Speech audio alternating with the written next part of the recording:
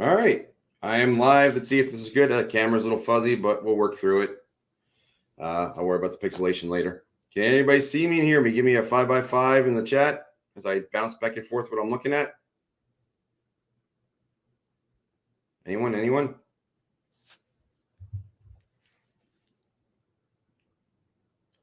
Who's in the chat is going to give me a 5x5 to tell me I'm live and good?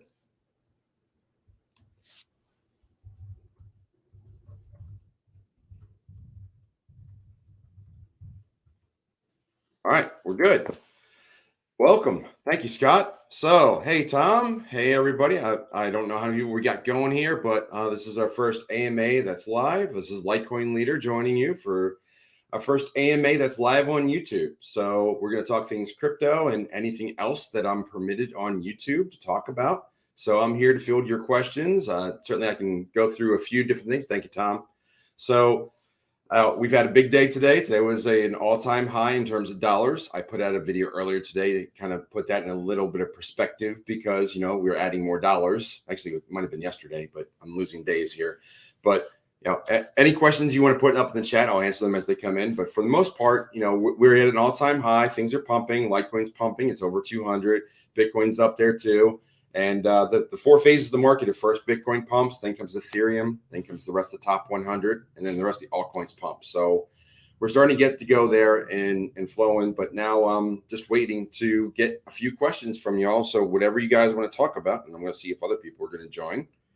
But what else is on the crypto world's mind? Thanks, Tom, for the update. So questions. What do you got, Scott? What do you got, Tom?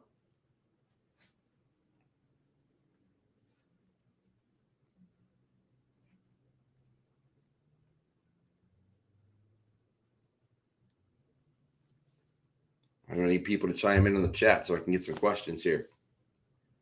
Come on, somebody's joining here for asking some questions rather than just watching. You can't just be passives here. So I can talk about different coins, talk about different strategies. It's your time, not mine. So please use it effectively here. So what do you want to know? Obviously, I can't give financial advice. I can't give investment advice, can't give tax advice, but I can certainly give my opinions. Just my opinions here, one guy on the internet here. I know some people are joining, so maybe we give it another minute or two. Talk about, so we're October 20th. Got about 8 to 10 more weeks left in the calendar year. This is Q4. Typically, this is a quarter where all the crypto pumps and people start interacting with each other, getting home for the holidays. People talking about how much money they're making in various coins, and people want to get involved, and they start spreading the word, and the adoption grows. But it's not about convincing people. It's really getting people curious about the market and saying, why are coins doing well? Why are coins moving up? Why are some projects doing better than others? Why you like certain projects. So speaking of certain projects, Tom's asking about AMP. I actually like AMP. AMP used to be, I believe it used to be Flexa or Spend. I always get those two confused, but it's a good project, and they're working on like the immediate settlements. And there's many rumors that are floating out there, which I will add to a little bit of that. With the smoke, there's often fire. But some of the it recently rebranded to AMP, and one of the speculations is why. And full disclosure, I do own some AMP. But part of the speculation is that AMP represents Amazon Marketplace. So that could be part of the reason why AMP is pumping, is that they're going to enter a partnership with Amazon. Of course, that's all speculation, but if you get AMP for where it's at, which is well below 10 cents, I think it's probably about 5 or 6 cents today. It's worth some speculation. I know that it's an easy acquisition in both Coinbase and Gemini. Used to be Flexa. Thank you, Tom. So yeah, I've seen some interviews with the head of Flexa and how they're working. I know that John Kim is a big fan of it. So I think it's a good project. I think it's worthwhile. It's worth being involved into it. Not financial advice, of course, but and minimize. Don't go head over heels into any project except for Bitcoin. I think that's pretty much the safe way to play most of the market. But Bitcoin being the big dog and it's 50% of the entire market, like the Kleenex of all crypto. So it could be 50% there, give or take, and then dabble in whatever coins else suit your fancy. But I see that there's a lot of upside for a coin that's well below a dime, and it doesn't take much to move it up to a dime. The market cap's not average to smaller. So I think it's got some potential. I can go. Let me hop over to CoinMarketCap real quick and take a look and see what the market cap of AMP is. I'm trying to remember offhand. I don't know if it's a top 100 yet or not, but I'll find out in just 1 second. AMP. So AMP is coin number 64. So that means it's got a pretty good hot market cap, which means it's got a lot of coins. But the total supply, the max supply and total supply, we're about half of it has been distributed. So the tokenomics aren't too bad. It's in the ERC20 coin, so there's a little bit of that fee there, but you can hold it in MetaMask as well. But it's getting a lot of support, a lot of traction, a lot of interest. So it's a good project.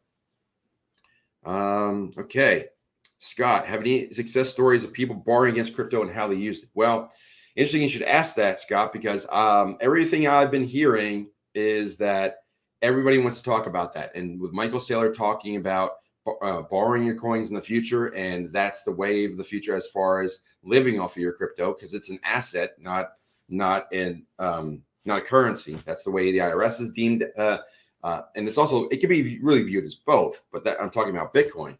And that's what Michael Saylor only really talks about. He sometimes, if you press him, he'll talk about Ethereum, but not many other altcoins. But for the most part, he focuses on Bitcoin and being what he calls the apex currency, the apex coin, apex investment overall. You can put it on a site like Nexo or Celsius. I prefer Nexo because you have a higher margin there, and you can certainly put. So you can, like, when you borrow against, when you deposit. Let me slow down. For those of you who are new, haven't seen this yet, but when you go into Nexo, you can deposit Bitcoin, and immediately when you deposit Bitcoin, they give you half of the current value as a credit line. So you give, basically, if you deposit $10,000 of Bitcoin, they give you an instant $5,000 credit line. You can borrow against that immediately. You can take out a loan and however you want, purchase more coins, purchase other things, or borrow against it straight up. And then the margin call on that, because you are really using leverage, but it's an asset-backed leveraging. You're not just going 10x of buying a coin and having an immediate margin call so that the risk isn't as nearly as much. So you need to do a little bit of math and just say, like, okay, if Bitcoin's at 67 today, I don't see it going below, say, 20. And then I can borrow, like, if I deposit $10,000 at 67K, it could fall about 70% and still not get below 20K. So if it falls 70%, and then what you have in there, you can borrow that amount, 50% of that, and be comfortable knowing that if you deposited $10,000, if it drops all the way down to 20K value of Bitcoin, let's just say you put one Bitcoin in there for 67,000.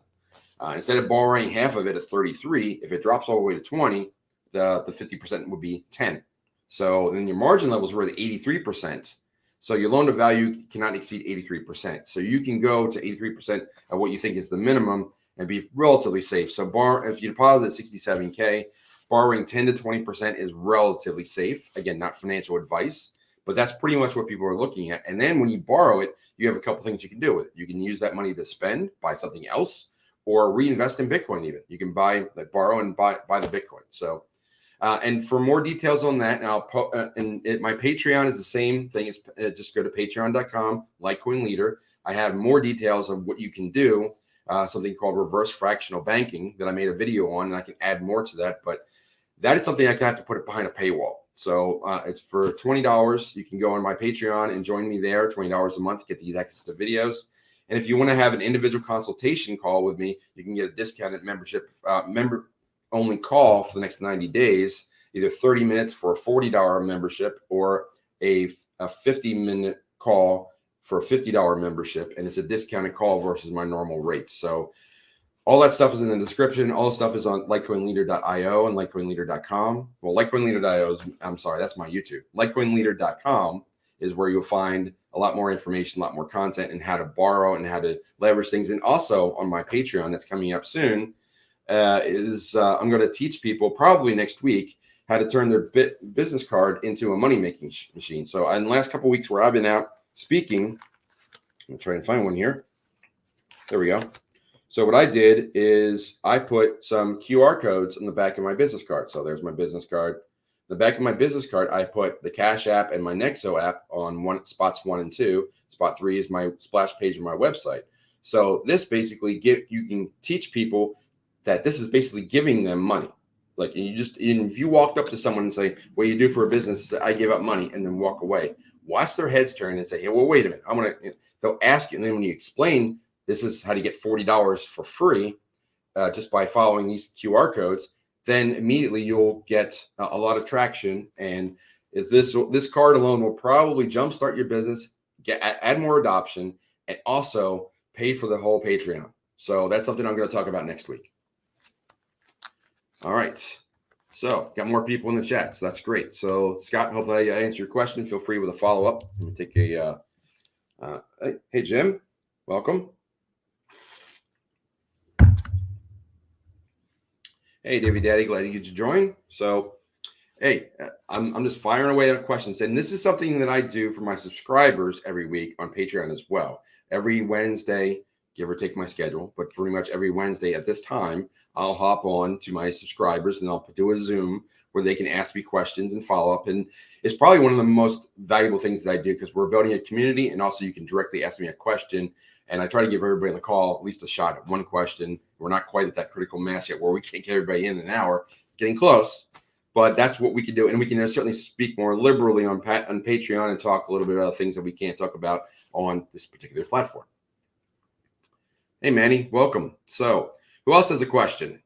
What's the next question I'm going to be hitting? And Scott, that was a great question. If you want me to follow up, just let me know. What else is on people's minds tonight? I know there's lots of stuff going on in the crypto world with Bitcoin hitting the all-time high today. So, all right, you guys have questions all day long, every time I see it, and now nobody's posting a question. Come on, who's got a question?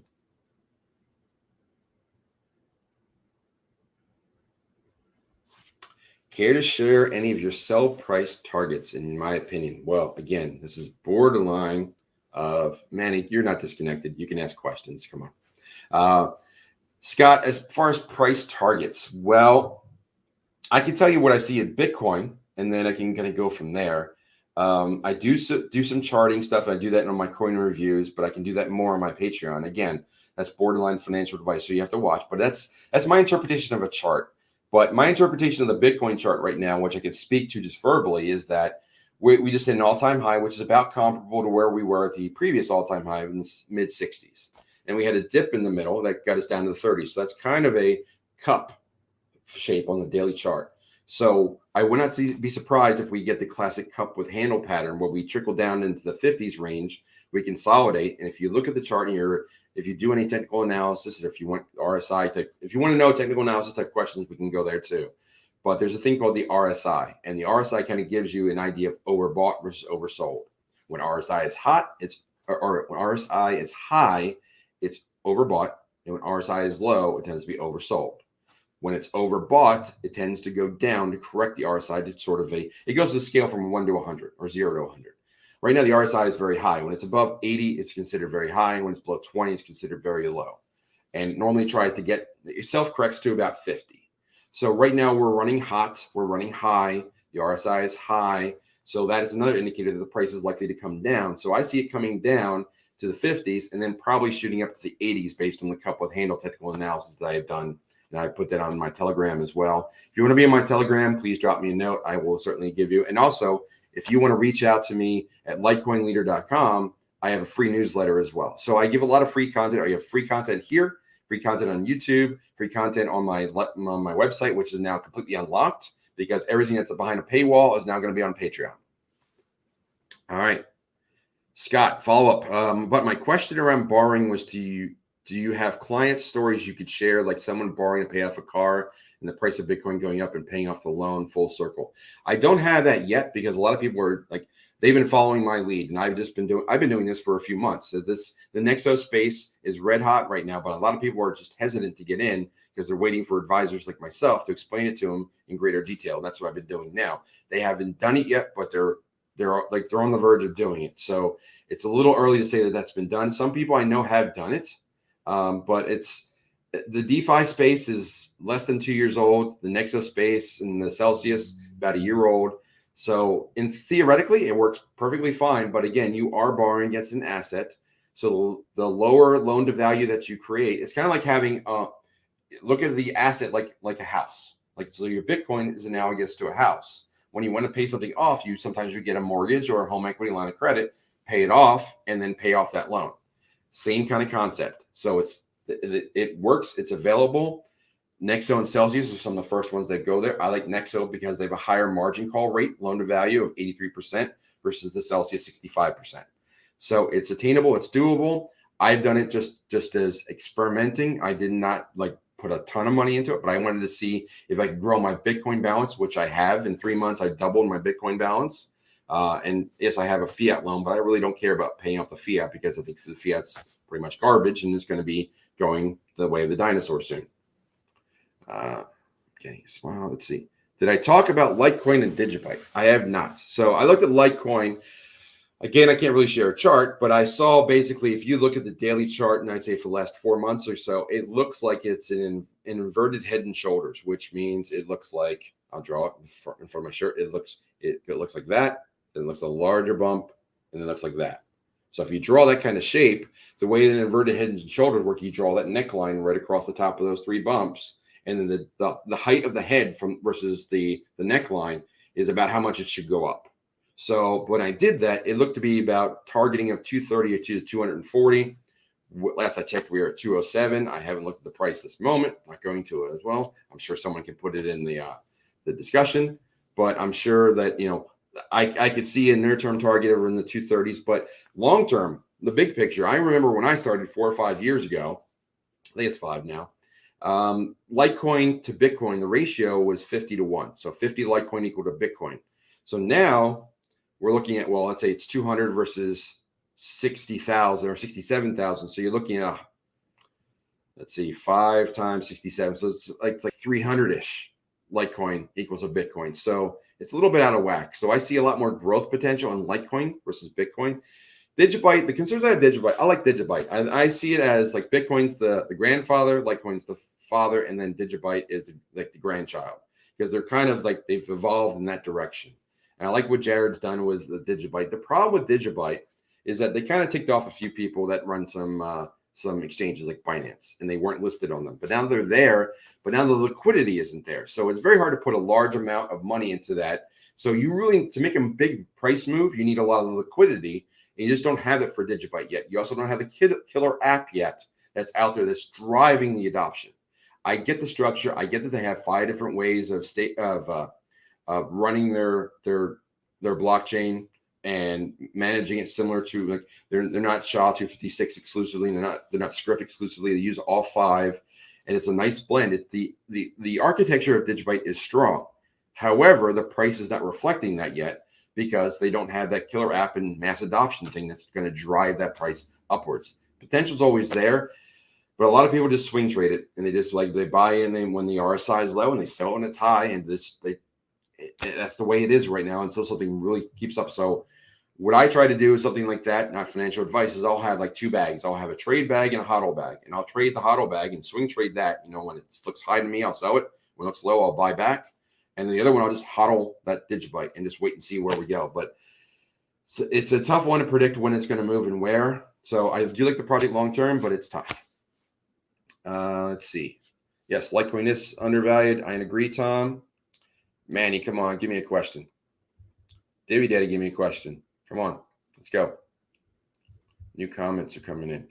All right, at least I figured out the technology here. I was able to do a live broadcast, so I'm a little happy about that. Hey, Papa Joe. Good to stopping by. I need questions. Good to see you. But people are asking me some good questions. Scott's asked good questions with good follow-ups on borrowing. I've gotten good questions on Digipike and Litecoin. I like where they're going long term. And I see the use case for Litecoin is strong. I think that Litecoin and Bitcoin Cash are going to be the 2 that are going to be used a lot for transactions, especially if government starts scooping up and swallowing up all the supply of Bitcoin, which is going to be harder and harder to obtain. So that means the average guy for transactions is going to be using Litecoin and Bitcoin Cash. So what else you got? NEXO. Yep, we talked about NEXO. NEXO in New York. I've been trying to keep up with that. I know that NEXO is New York is one of the more difficult states. I just had a client that asked me about that, and what we wound up, not financial advice, but what she told me as her workaround, she was able to borrow and get USDC out and then pulled it out and then used, I think, my over-the-counter, which is Coin Trading Company, which is also on my website. Or you can pull it out and you can use Simpleswap and buy more Bitcoin. But it's not as straightforward. It's much more tricky in a state like New York, unfortunately. So that's that. NEXO is the nice thing about NEXO is it's not stateside. So you have that. And again, I can't give financial advice. I can't give tax advice.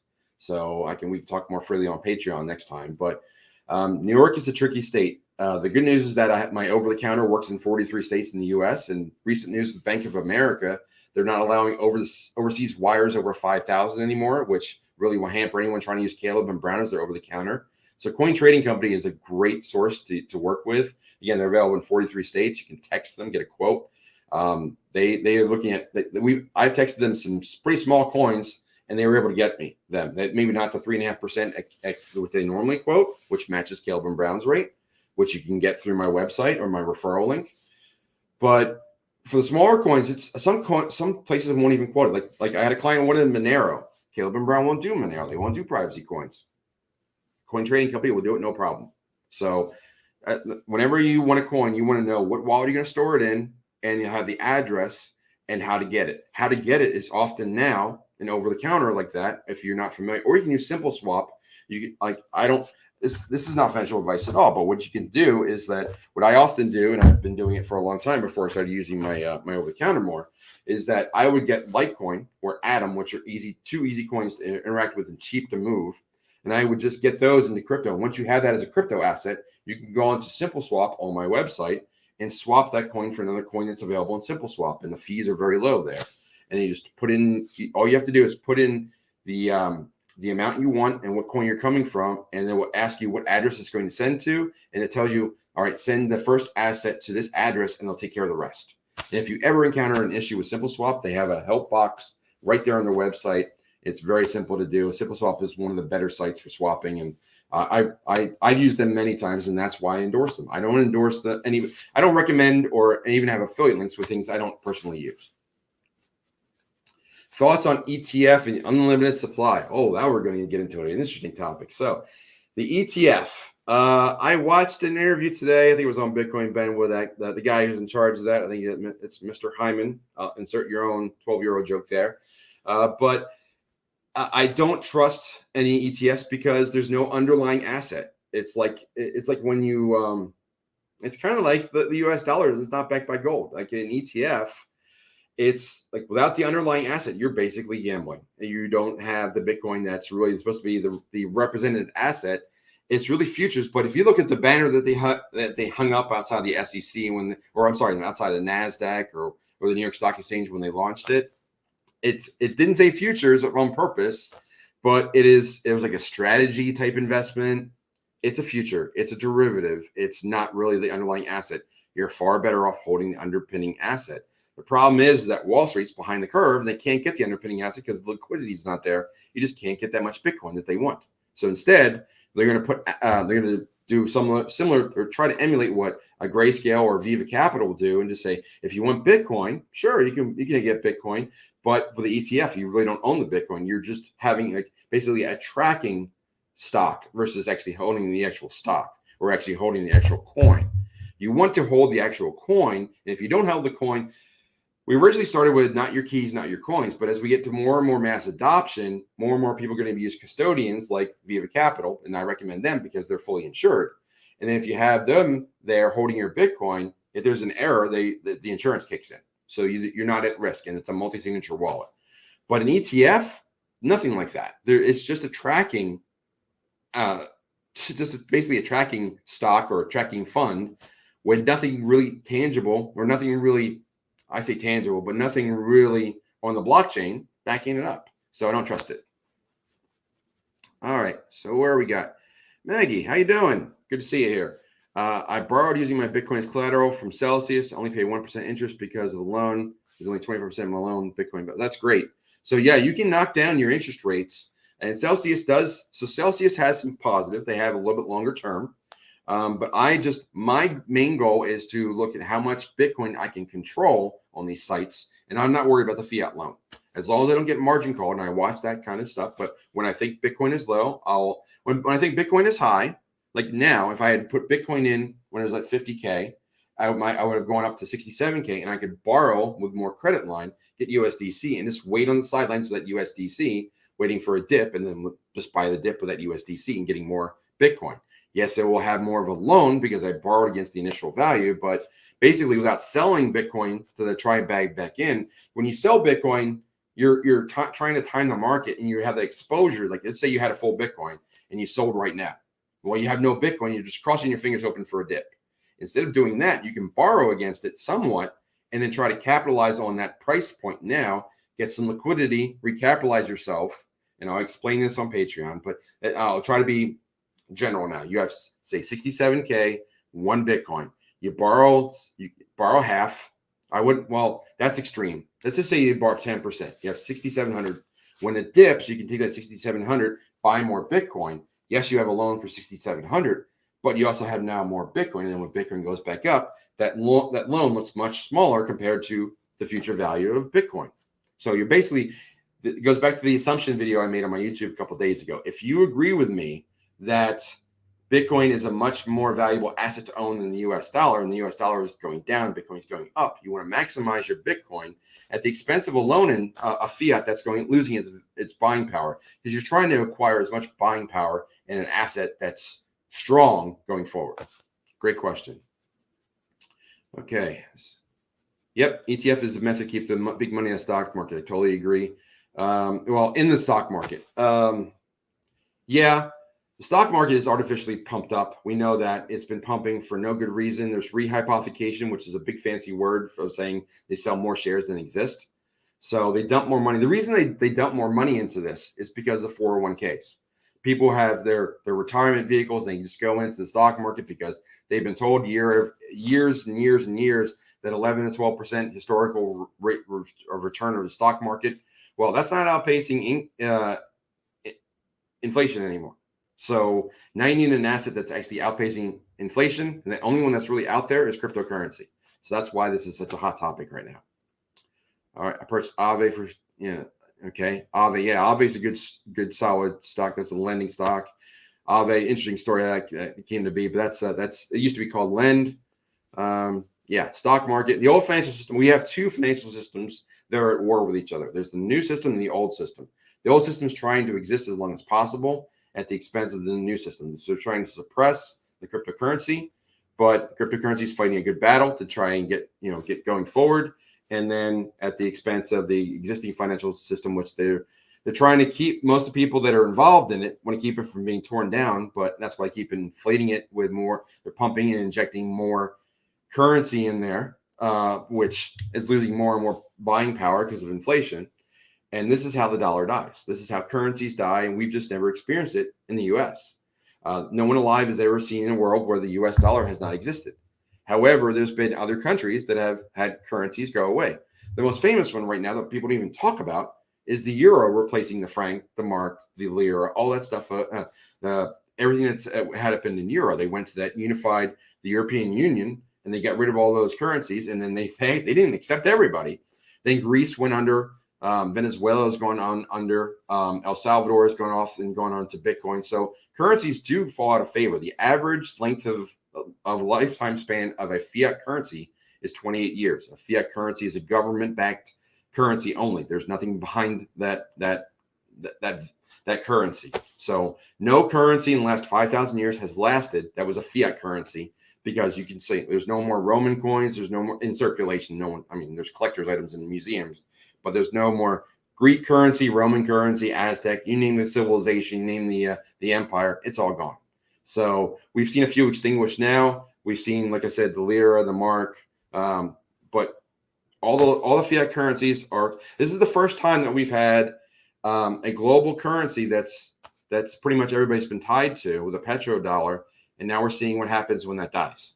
So it's not dying without a fight, because the people that are in charge of it, the World Economic Forum, the Bank of International Settlements, all those guys want to keep it alive as long as possible and keep countries having to pay for it. But in the SWIFT system and the other systems of settling between countries, the dollar is used less and less every year. In fact, it's less than 50% now and has been for the last 2 years. So they don't want to tell you that, because they want to keep the dollar as being perceived as a stable currency, and it's not. All right. Who's got another question? We got about another 30 minutes, so I'm happy to. I don't want to end it short, but I also want to give the audience people a chance to ask questions. And again, normally there's more questions that pop in here. Again, on my Patreon, I talk about more. I can talk about more stuff that I can obviously not talk about on YouTube because I can't really give certain advice or even talk about certain topics, such as, what's going on in the world today. And also, but all right. So Manny, just tell me what you got for a question. I haven't seen a question from you yet. Give me one. Or anybody else. Or I'll just keep yammering and just talk about cryptocurrency in general, because I could do that. And I could talk about how I was out at Utah and Texas and talking. And I'm going to be, I think I'm going to be in California again in March at another event that I just got invited to speak there. Shiba, the dinar was worth 3 times the dollar. What dinar? Do you know that there's multiple dinars? So the dinar, if you're talking about the Iraqi dinar, that's an interesting story, and that we haven't talked about the global currency reset, the GCR, as opposed to the Great Reset. So they are conflating terms on purpose. They keep using the word reset to try and get you confused between the two. So there's a global currency reset, and then there's the Great Reset. The Great Reset is the one world currency path, where they're trying to get everybody onto one currency, universal basic income, Fed coin, central bank digital currencies, potentially social credit scores. Basically not good. But a global currency reset is good. And Tom, you're not saying what kind of dinar, because there's multiple dinars. And did you know there's an Iraqi dinar? Dinar means dollar in other languages. So there's lots of dinars. So the Iraqi dinar has been very popular to collect, because people think when there's an RV or a revaluation as potentially part of Nasara or Jasara, if you believe in that topic, which I believe that certain parts of it could be true. But I think that what we're going to see is I'm hearing people saying right now, and I think that Cliff I even said that, thank you, Maggie. I appreciate that. I'll talk about Utah in a minute, but I appreciate the praise on that. The global reset that they're talking about, it's going to happen when countries revalue another asset like gold, and right now I know that the other countries have looked at their current assets and their buckets of assets. So if we get to a point where we have a global currency reset, a GCR, or a revaluation, an RV, we will actually look at each country's valuation and just say, all right, your currency is now X versus what your current assets are. So that's how, like the Vietnam dong, the Zimbabwe dollar, the Iraqi dinar can be worth way more than what the current face value is. Last I checked, I think Vietnam dong was $50 for 100,000, something crazy like that. And the Iraqi dinar was about, I don't know, $100 for 100,000. It was something like that. It's in that ballpark. So it's obviously you can get thousands for $1, but part of the reason that those numbers have gone so high, and what happened in Zimbabwe, what happened in Venezuela, is that they just kept printing more and more money until inflation got way out of control. You start talking about wheelbarrow money, where as soon as you get money, you need to spend it before they increase prices again. We are not there. I'm sorry, I'll talk about that in a moment, but we're not there yet. But if they keep printing money and the prices of things keep going up and up, and I hear lots of people talking about, somebody told me that pot roast was like $32. I mean, meat's going up, prices are going up. They are obviously trying to spin stories coming out of the alleged White House and that their alleged staff saying that, oh, it's not that big of a deal. Prices are up because people are buying too much stuff, and there's not enough goods on the shelves because people are buying too much stuff. No, I'm not buying that story. So, Iraqi dinar, the Iraqi dinar, 3 dinar used to be $1. I'm with you there, Tom, but now it's like thousands. So if they revalue it, and they've been talking about that for a long time with Iraq for over 20 plus years, same for Vietnam, and the international banks, the Bank of International Settlements, they've forgiven a lot of international debt for some of these third world country debts. They just forgiven them because we know you're not going to repay them. They just forgive them. That's a step towards a revaluation, which is part of Nasara. So Nasara's got a long history. It goes back to, I think the farmers were the first ones that proposed it because they were there were loans back in the 50s and 60s, I believe, that the government was trying to do, and they were trying to reclaim them. And the farmer said no. So there was a lot of initiative to, let's see, the national, I forget what NESARA stands for, but it was like a national act for the Equity Restoration Act. I'd have to go back and look what it stands for, but NESARA and JSARA, the N stands for national, G stands for global. It basically just means it's a lot of debts are going to be forgiven. And it kind of goes back to, if those of you who follow some of the religious documents, there used to be things called a debt jubilee every 50 years. Now, if you go back 50 years, a certain event happened in the U.S., which was we went off the gold standard. That was exactly 50 years ago. If you go back 150 years ago, that's when the Act of 1871 was, and I can't really go into too much detail. I've lost several Twitter accounts going into those details. But if you go back to 1871, that's back when the U.S. became a corporation. I'll just leave it there. But certain events happen about every 50 years. So we're kind of due for one. And one of them could be that a lot of debts are forgiven. Now, I've heard, and I've had people like, I follow people like Pimpy's Investment Chat, which I think is a really strong channel, and Rice Crypto, because they talk about what they can prove, not necessarily what the speculation is. And NESARA has about 15 bullet points, and I'll go ahead and put them on my Patreon. I'll do that. But NESARA talks about debt forgiveness, currency reset, currency revaluation, distribution of value. And it gets a little bit more speculative after that. But a lot of the points have been hit. And then there's a phrase that was around called Trump SAR in the last 5 years when Trump was in there. And there were many people where they woke up one day and their debts were gone. Like their student loans were forgiven. They don't know why, but they pursued it. And like $50,000 to $100,000 of debt or more gone off the books. So that's evidence that NESARA could be happening, could be coming. Obviously got sidetracked in the last 12 months, but it's still on the table. It's still possibly out there. And I think there was, I saw a story recently where there was a debt forgiveness thing that came out, I think in Ireland or Wales recently. So it does happen in various spots. So it's an interesting topic. Yeah, biblical times, 50 years, every 50 years debt was removed. So, and it's not every debt. It's not like if I owe Papa Joe $50, that's not going to be wiped out. But it's like if I owe a credit card company 10 grand, that kind of debt would be wiped out, or student loan, or maybe even a mortgage. So those kinds of things, because, usury and lending, there's many people, there are many camps that say like, debts with interest are not legit. So that's part of the discussion. All right. So what else we got here? Tom, I really need to know about your dong. That's a joke. Vietnam's currency is called dong. So there's plenty of jokes there for 12-year-olds, or just people who think like 12-year-olds, which is most men. Let's see. Let's see. What else we got here? QR code. Manny, you're giving me way too much to talk about, but no questions. Like you could post like 20 times with no questions. Come on, Manny. One question. Just one time, Manny. Just one question. Nope. Still not a question. Manny, you're killing me. Divvy Daddy, how about a question? Anybody else got a question on here? We got 20 minutes left. It's like pulling teeth with this crowd tonight. What's going on? Normally these guys have questions at the yin yang, and I can't make them stop talking. And now they're just like, there's no questions. Yes, NESARA. So back to NESARA. Try and get the book. Try and get the book, NESARA. And the author, man, Bernard.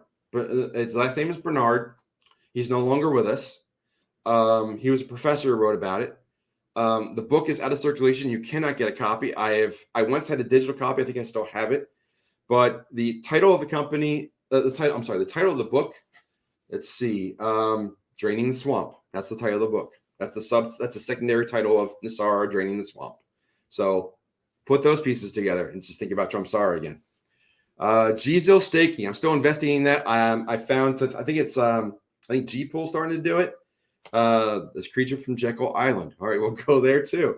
So the creature from Jekyll Island. When I was going to a meetup, when I was driving down through Georgia, I'm in Myrtle Beach, by the way, and I'll talk about my meetup next to remind me about that.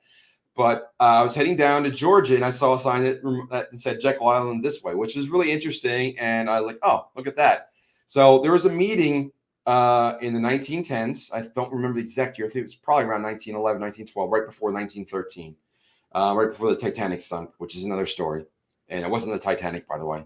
It was the Oceanic. I think it was the actual boat.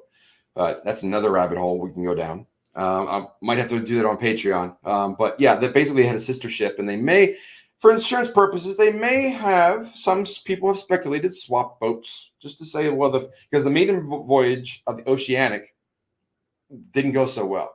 So they had, like, rumor has it that they planned to intentionally sink the Titanic, and that was actually the Oceanic, and one of the most historic cases of insurance fraud. But that's another story. As far as going back, Pimpy got what? He did lose some, but there is a Nisar Desar website that's out there. I think desar.org, where you can find a lot of these videos. Creature from Jekyll Island. Creature from Jekyll Island was an interesting book that's told the story about the meeting of a lot of the powers that be and of the higher ups that were meeting that eventually led to the start of the Federal Reserve, which is not a federal agency. But it was designed to control the monetary supply and to bleed people dry through taxation and through inflation. And several people opposed it. The several people that opposed it, and I'm trying to remember some of the famous names. There were three of them. It wasn't a Rockefeller, but it was another one. I think it might have. Anyway, there were very high-powered people that were on the original maiden voyage of the alleged Titanic that went down with it. And those people opposed the outcome of the meeting on Jekyll Island and the start of the Federal Reserve. So again, there goes back to the conspiracy theory of how the Federal Reserve started. And the Federal Reserve just happened to start the same year that the IRS started. So another coincidence, if you believe in coincidences or don't. Hedera hash graph and its consensus algorithm patented, an interesting state of the least. Yes. So I've heard a lot of people say, and I've talked to Joanna about this, who's my web developer. We've talked about Hedera hash graph, and some people really like it. I think it's an interesting technology, similar to the Tangle with IOTA was interesting technology. And it's interesting. So the Hedera hash graph uses a very interesting consensus algorithm and basically instantaneous confirmations by I think it's kind of like the rumor or the whisper. Like it just whispers to the adjacent nodes and eventually just like the gossip. It's a gossip protocol is what they call it. And just the nodes talk to each other and so on. Eventually you just get okay, we get enough people know about it. We can say, yeah, that's good. Move on to the next block. The problem I have personally with that project is that Hedera hash graph is, as Papa Joe pointed out, is patented. So therefore it's not open source. And therefore Hedera hash graph, the Hedera project can profiteer by owning the hash graph algorithm. So without it being open source, people can't audit it, can't edit it, can improve it, can't use it as for another project. So basically you have to license it. So maybe if they put Hashgraph, the IP on an NFT and sell the NFTs as a license, I would be on board with it. But that's not what they're doing. They're trying to profiteer from it. So therefore, I'm not a big fan of Hedera Hashgraph. I'm more into bigger projects that have platforms where you can build upon them so you can get more exposure to a lot of different projects. Just to give you an idea of how many projects that have been in circulation, I started this YouTube channel on April 1st. There were less than 9,000 coins. Last I checked, there were teetering on 13,000 coins. That's roughly a 50% growth rate in 6 months. So why so many coins? Well, the liquidity pools, DeFi, other ecosystems and platforms evolving and launching more projects like Cardano, Polkadot, Cosmos, Zill. All of them are having hundreds of coins underneath of them. And that adds more and more coins to the pile. Plus, when DeFi, you have certain particular coins that are just used for liquidity, that are just only for liquidity pool purposes. So there's another coin that exists. So I'm not saying these are like crap coins that are out there, but I mean, there's a lot of coins that the utility is very, very limited. They're specified or next to none. It depends on what the purpose is. But to get exposure to most of the market and play like most of the market, not financial advice, but you can be in more of these platform coins. Like, for example, I don't like Ethereum, but if you were in Ethereum, you get exposure to thousands of coins that are all ERC20 coins that are living on it. So if you invest in a coin like Chainlink, and I do like Chainlink, problem with the Chainlink is that you invest in Chainlink, you're also investing in Ethereum because that's the blockchain that uses underpinning the project. So if you're investing in a project that doesn't have its own native blockchain, you're investing in 2 projects minimum at once. So I know there's a coin that I'm looking at, a Cosmos project that Divvy Daddy and I are looking pretty hard, and they use Cosmos, but they're also like the Cosmos has the IBC, the inter blockchain. I don't know what the C is, but a compatibility. So it can work on multiple blockchains. So if you have projects that can span multiple blockchains, and that's really the next cutting edge, is having blockchains talk to one another. That's why I like Polkadot a lot, because they have parachains that these are blockchains that talk to the native Polkadot ecosystem. And they can also create bridges that can go to legacy blockchains like Litecoin, Bitcoin, Ethereum, and so on. Basically you can invest in Polkadot and you can have exposure to all of the cryptocurrencies that they have exposure to on the Polkadot ecosystem, legacy or otherwise. Okay. Yes, I agree with you, Papa Joe. Open source is the reason I don't like. No one is going to use Hashgraph when blockchain is open source. Exactly. Like the barrier to entry is just too much. And yes, the technology is great, but if there's something I can use for free versus something I can use than paying a license, most people are going to use something for free. And then with it being open source, you can improve upon it, give it back to the community, but also use that as your own native blockchain style for your own project, and everybody can benefit from it. So you have the benefit of the open source community. Hedera Hashgraph is basically on an island by themselves. The most exciting thing that Divvy is involved with, well, there's 3 things that I like Divvy about. First off, the masternode staking is one of the best projects, and they have 5 different tiers. Also, the crypto made easy. I think as anyone that's a crypto consultant or a crypto influencer, as I am, knows that it's difficult for people to even comprehend what's going on, let alone get involved. And seed words, wallets, forever. I can see people. I had many people when I spoke in Utah, and I spoke to a lot of new people in Utah that are just getting started. It was great. I love talking to newer people because it refreshes just how challenging that is. And I want to talk to them because I want to be able to, in order for us to encourage growth and adoption, we need to get new people in. So we need to make it as easy for them to adopt and adapt to blockchain technology and use it as possible. And that's what I like about Divvy. They have patents. They have their Mochi, their masternode one-click cloud interface to launch a masternode. They got a patent on that, so other projects can use that because it's so easy to launch the masternode. You go open the wallet, you have enough coins, you can click, and then you launch your masternode, and you're done. You may have to pay a fee for certain applications on desktop, but if you use the mobile wallet, there's no fee. So it's very easy to use. It's also very easy, intuitive to send Divvy and to receive it if you know someone's phone number or their name, much like you can use when Zelle. So people know how to use now Zelle. They know how to use PayPal, Venmo, and that's where we need to see the space migrate to, so that people make it easy for people to adopt. Zelle, the banks use Zelle, and it made people more comfortable in sending between banking accounts or sending to other people. But with crypto, adopting something similar, like what Divvy did with their wallet, I like it. Third thing I like about Divvy is that they work really well with remittances, which is when you send money back to a native country. They're based in Latin America. There's not a lot of projects based in Latin America. Dash is really big in Latin America, and they are one of the first major masternode projects. And if you look at their growth rate, they went from a few dollars to $1,500, $1,600. So can Divvy do the same? I don't think it's going to quite grow that to like $1,500, but I think a 20x for Divvy over the next 5 years is attainable. And plus you get the master node where you're earning 20% or more in your coins. And right now you're looking at about a 3 to 4 cent acquisition price.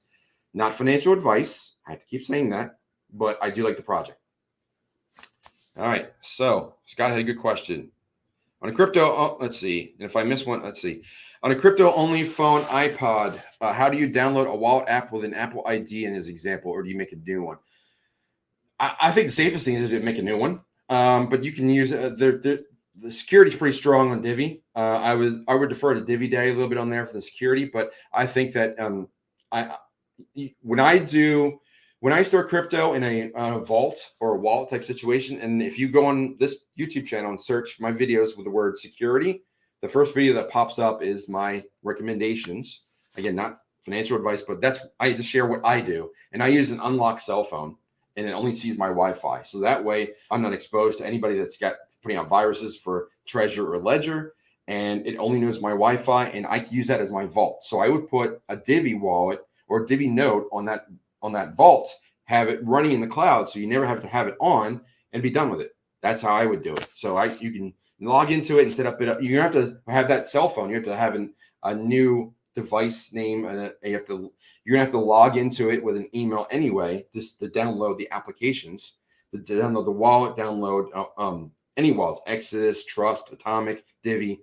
You need a new ID, so you just go ahead and do that. Use an unlocked device, and then shut it off. Just shut it off because it's running. You can throw it in your safe. You can throw it in an RF bag, whatever. So now you have multiple layers of security. It's not a standard device.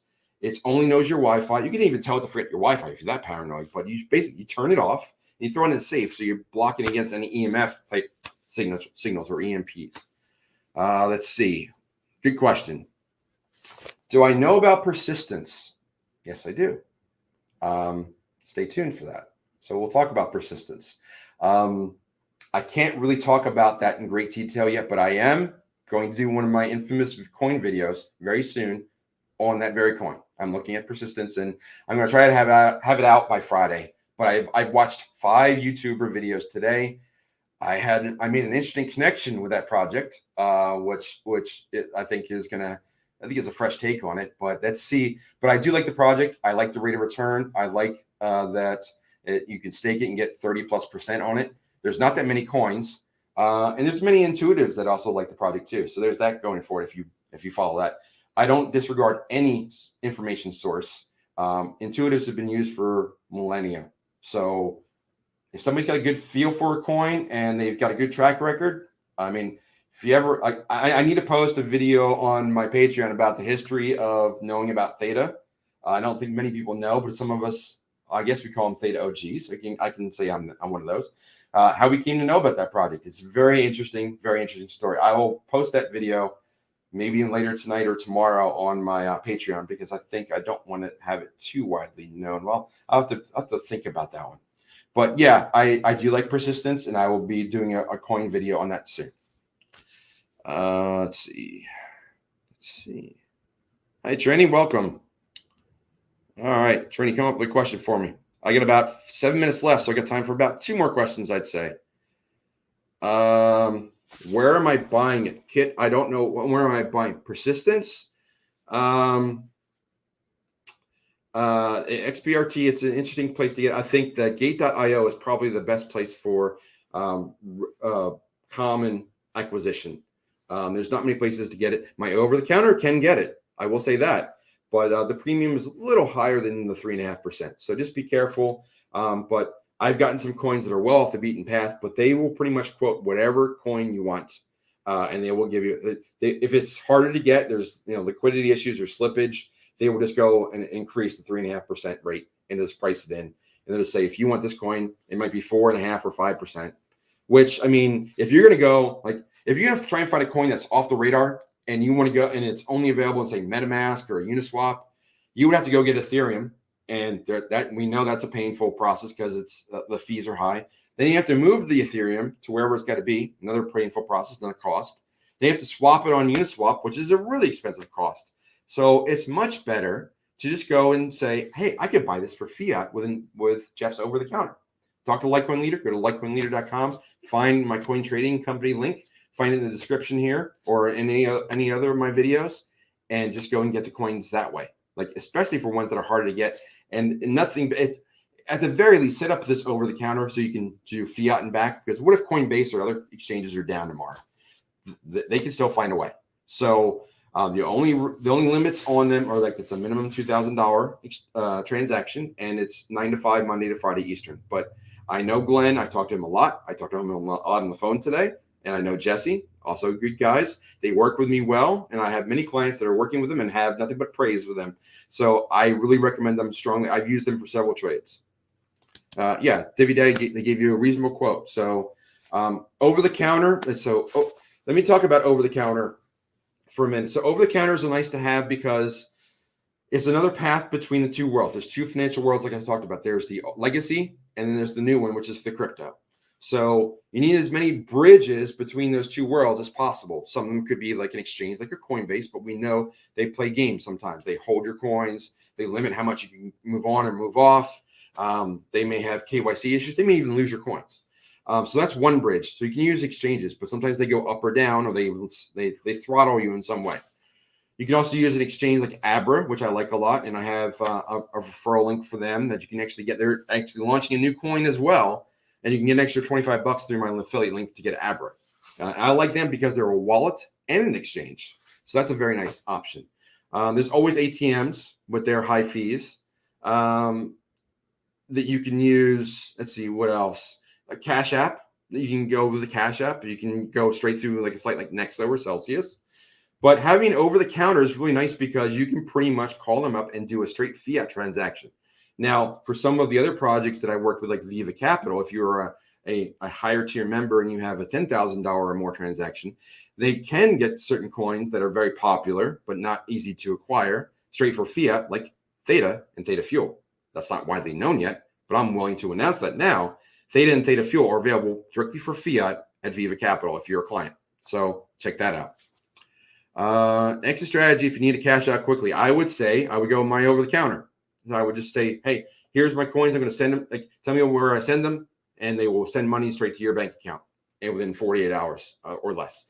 Barring that's assuming it's not a Friday. So keep that in mind. Do you have a video on buying or acquiring a crypto totally scrubbed of all personal information tied to the buyer?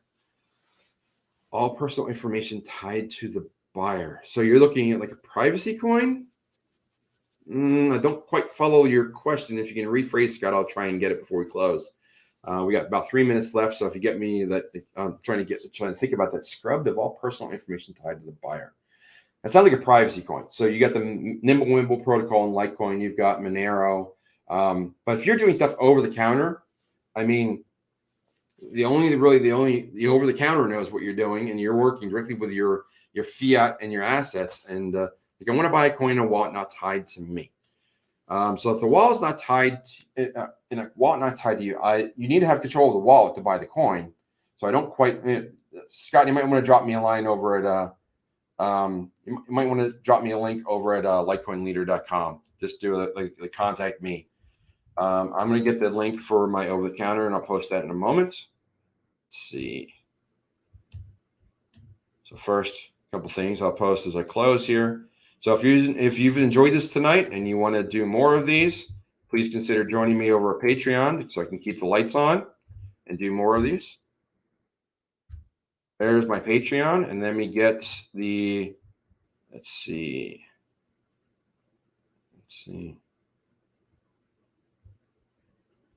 All right, so coin trading. So it's right there. If you scroll down on my website just a little bit, there's coin trading, Simpleswap, and NEXO all side by side.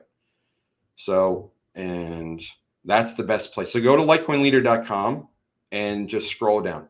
So I would just say, just go to litecoinleader.com and click on coin trading. Okay. There you go. That's your link. You just go right to litecoinleader.com, click on coin trading company, and that's it. That's where you're at as far as getting onto your over the counter. Right next to it on the page is Simpleswap. You can use it right there. Next to that is NEXO. So I have lots of resources there. Last question. This last question for tonight. Where to make an NFT? There's lots of resources out there. That's not really my wheelhouse, but I know that Wax is a very good area to do it. That's an area I'm looking to get into. I'll be talking I talked to Dylan Bradley a little bit, but I'm also talking to other people like the most famous one is probably Miss Teen Crypto, who I talked with Utah. We both spoke it out in Utah. And if you go back, I just posted my Utah talk. It's about an hour. If you're just getting started, it was titled Bitcoin, an Intro to Cryptos. I covered a lot of different things. It's a really good jumpstart video. It's about an hour long, but it's well worth it. But NFTs, I would just, reach out to me, and also I reach out to people that are just doing it way more than me. You can't do everything in this space. So the people that are doing it well, that I rely on, I trust, and Miss Teen Crypto is doing that a lot. So Randy, shout out to you. I'll be talking to you soon. All right, it's 10 o'clock. I'm going to call it a wrap. We've been here for almost exactly an hour. So I just want to say thank you to everyone for joining me on this free YouTube AMA, Ask Me Anything. I'll be doing more of these. I'll be doing them every week on my Patreon, except when I'm live here once a month. So if you want more of these, and you want to get even more questions, and you want to get more content and more access to me, please go sign up over at the Patreon site. That's patreon.com/LitecoinLeader. And I'll see you over there. So for now, I'm going to close the drill in the bureau. See you next time.